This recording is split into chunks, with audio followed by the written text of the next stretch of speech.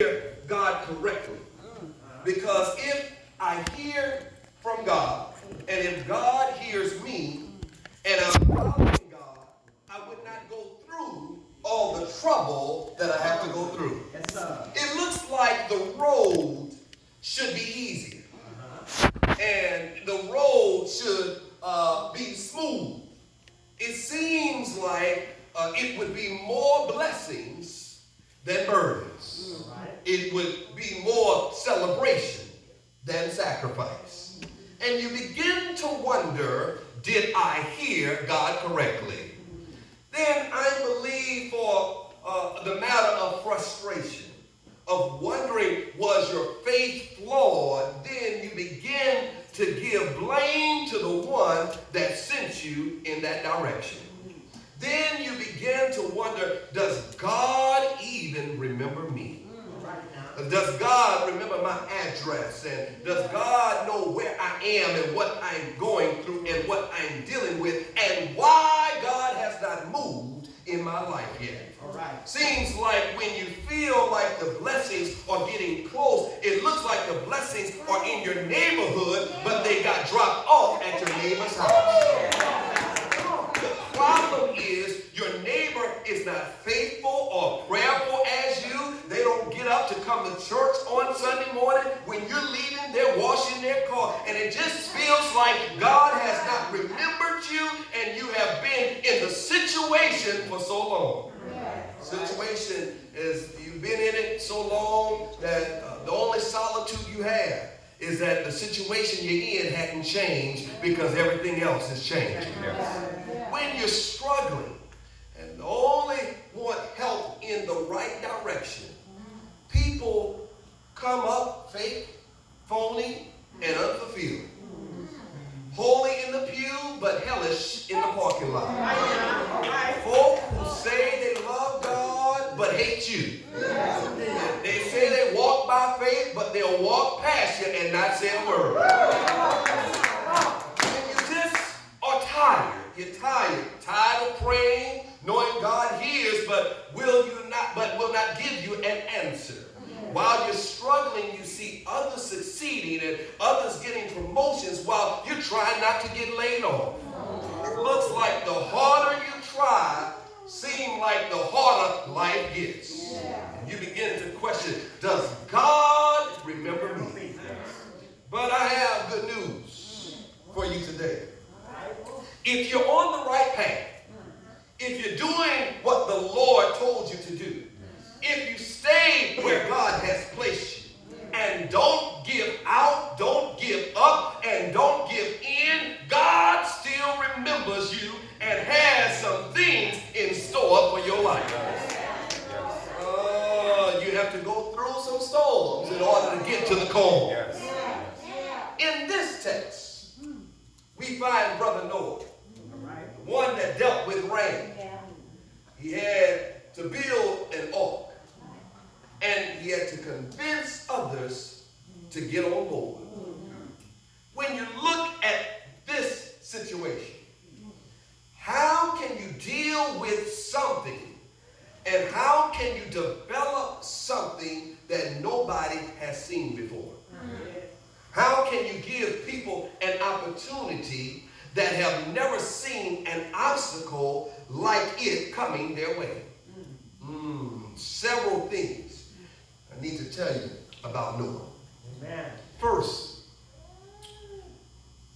of all, God did remember him because of Noah's obedience.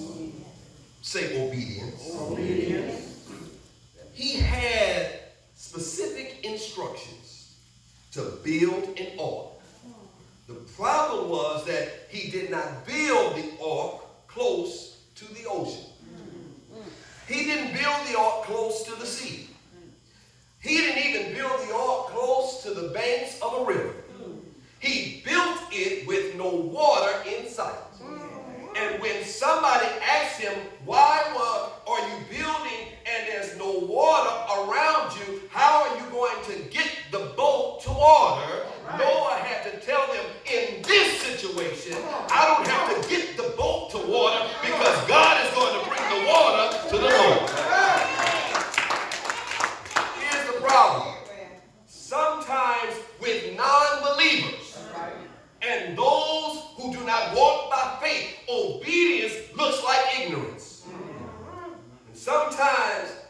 look like I've lost my mind. Sometimes looks like you don't know what you're talking about. Or you don't know what you're doing. Sometimes it looks like you must have heard God incorrectly. But let me help you out. Before you can have a hallelujah, sometimes you have to deal with some humiliation. Don't be embarrassed with humiliation that may get you your elevation. Stop worrying about what they think and what they are saying and how they are laughing. They are not keeping you. They are not giving you breath in your body. You can tell them, laugh now, but make sure you watch me later. You can tell them, talk about me now, but look for me later. Somebody can testify there are times that you've been laughed at and talked about, but even though they thought you were crazy, on the other side of that thing you can say, I had favor on my life because God provided for me. Obedience may look like ignorance.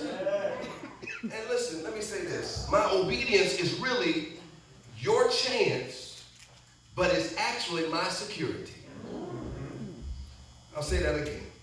My obedience is really your chance, but it's actually my security.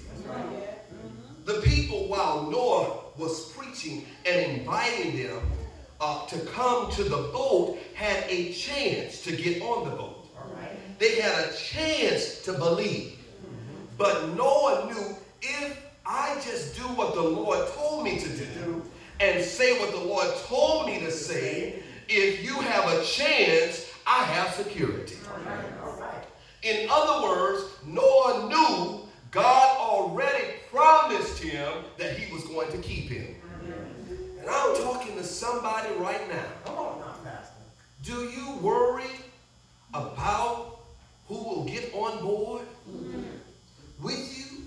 Or do you say it will not work out if they don't get on board?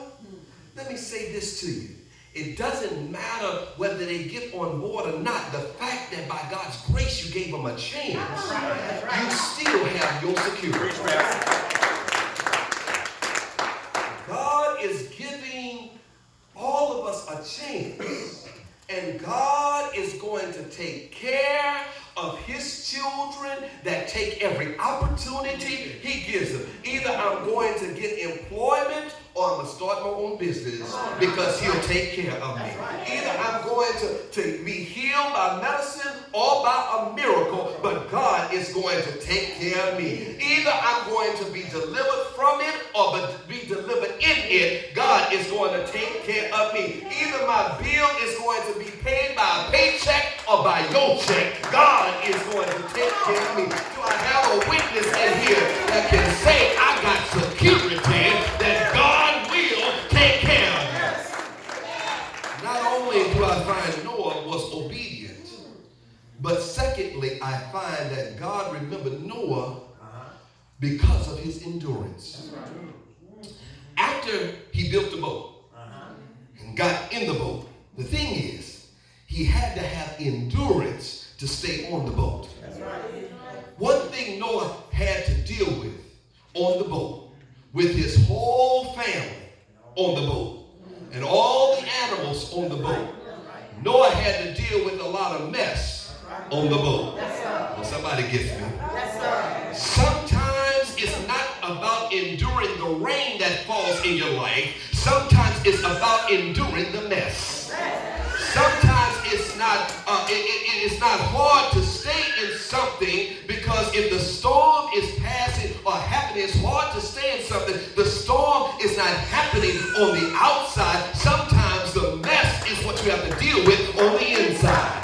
There is stuff you deal with on the inside that'll make you say, I never want to step outside so I don't reveal what I'm dealing with on the inside. You have to learn how to deal with and endure the mess of your life. Good God Almighty. Here is the thing about the text. When you endure, God will not only give you security, But God also has to give you seclusion. Noah did not lock up the boat. God did. And if God was the one that shut it up, God was the only one that could let them out. And sometimes you ought to thank God that when you wanted to leave on impulse, and when you wanted to jump ship, or when you wanted to quit, that God didn't let you out. Lord, help me here.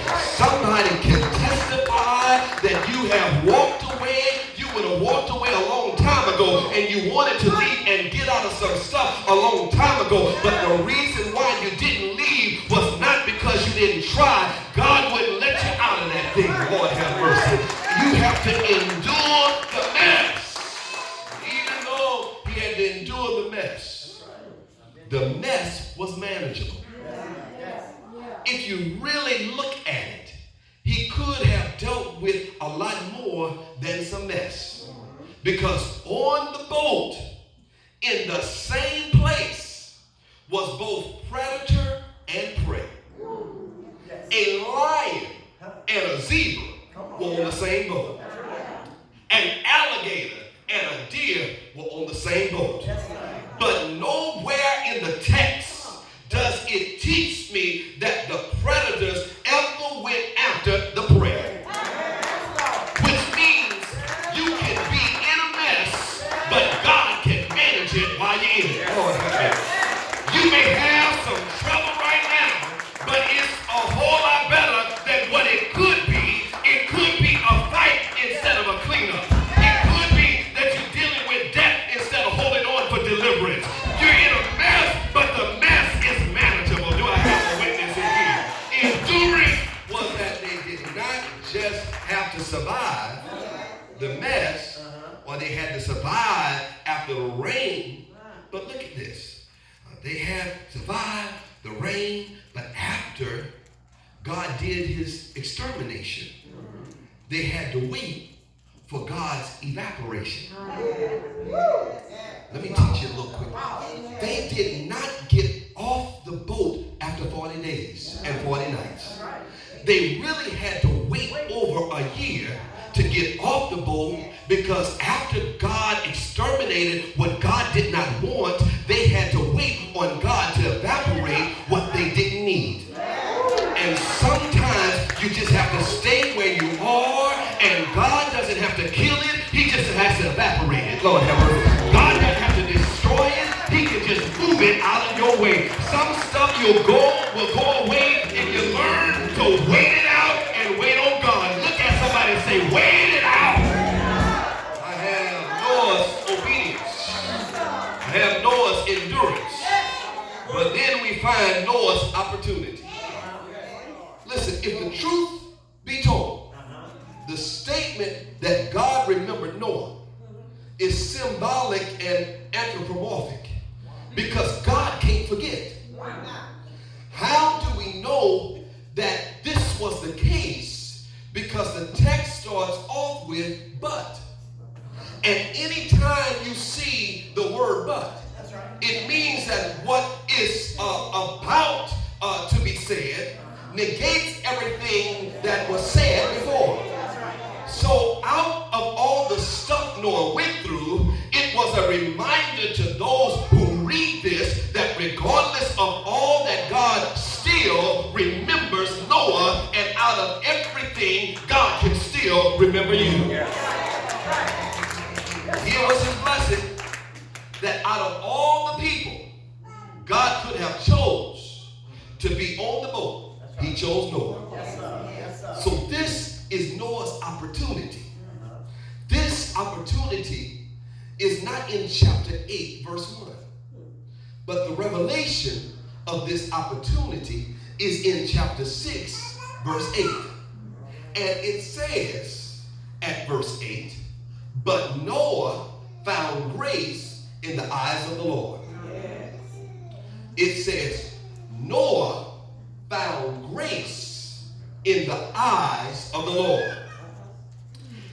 And you know, all grace is an opportunity.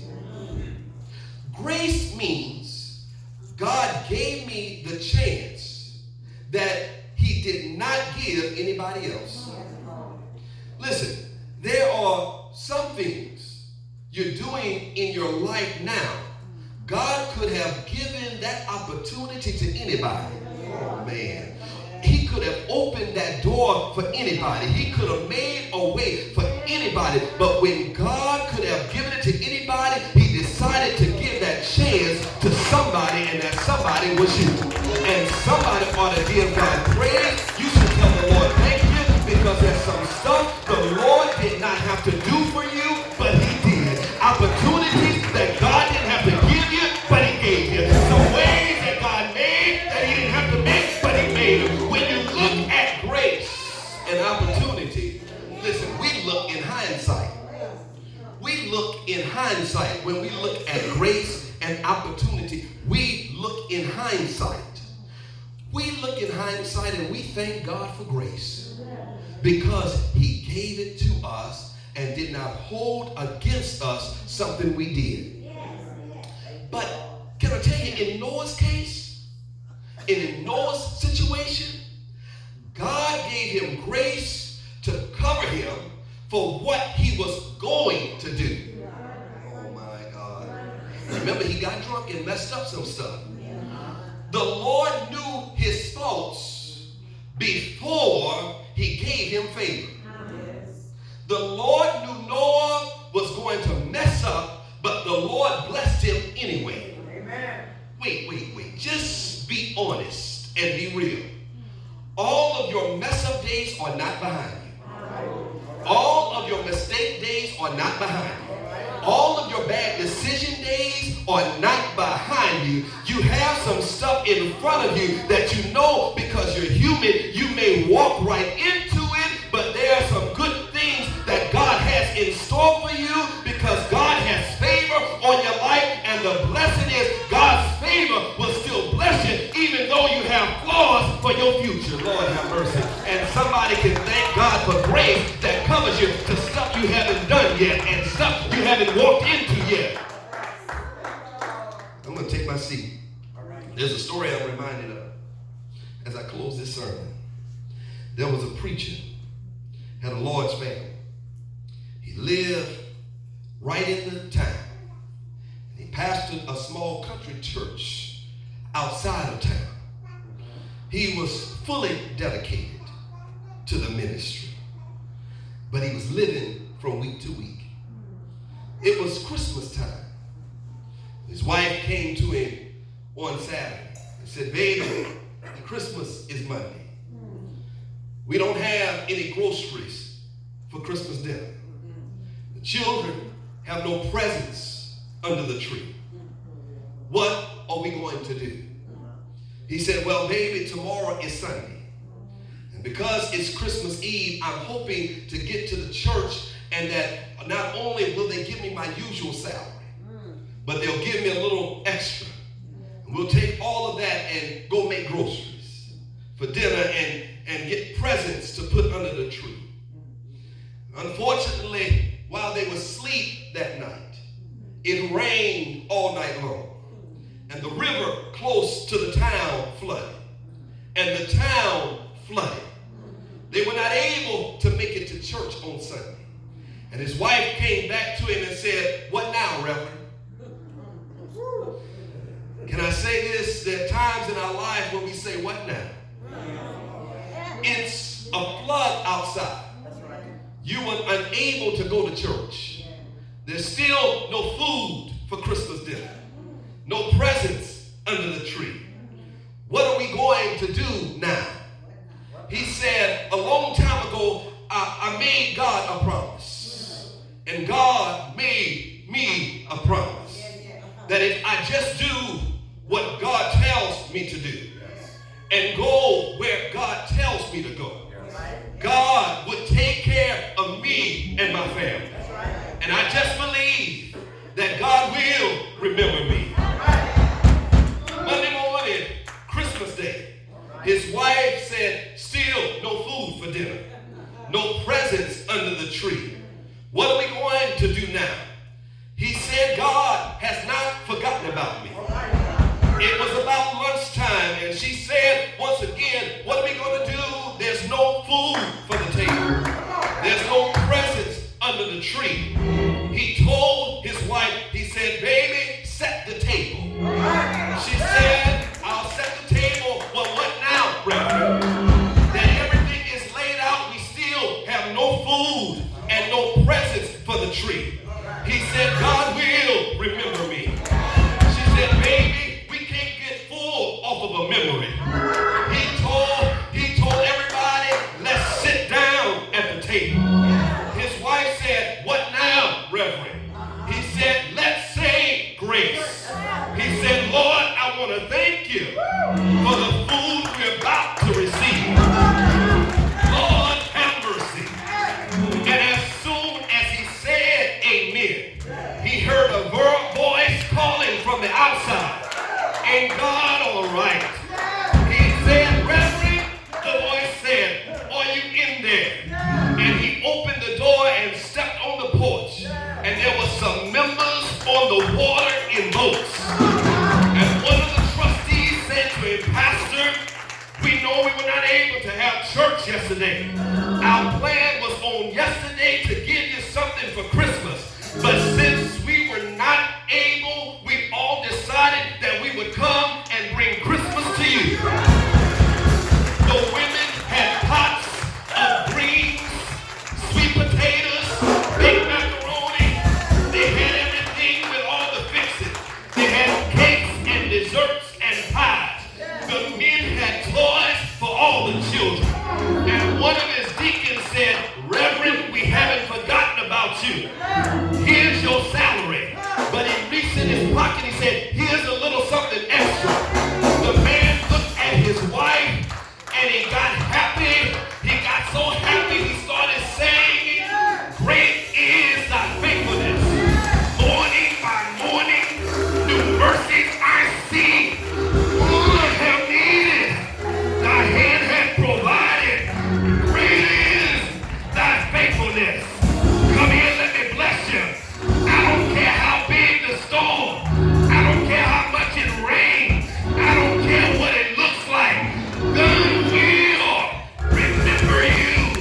Is there a witness in here that can declare God will remember me through my trials, through my situations? God will remember me.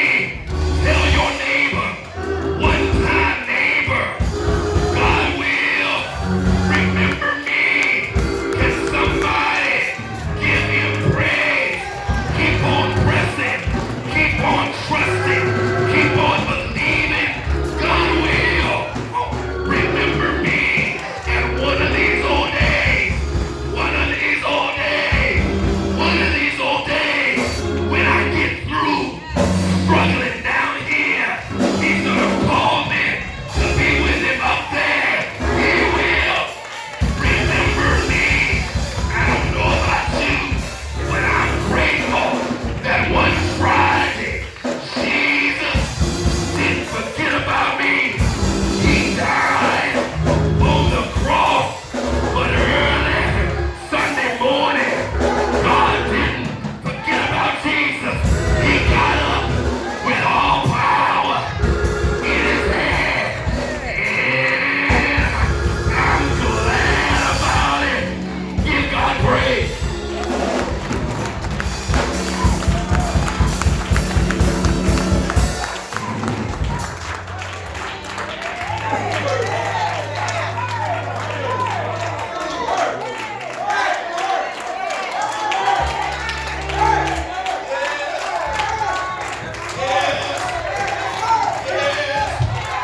He'll provide for you. Yes. He'll make a way for you. He'll come through some floods. He'll come through some storms. He'll come through some rain just to bless you.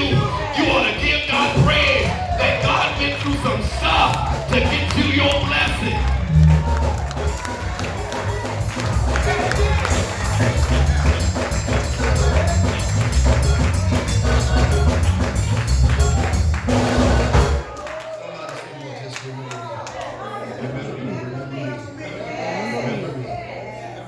Remember me.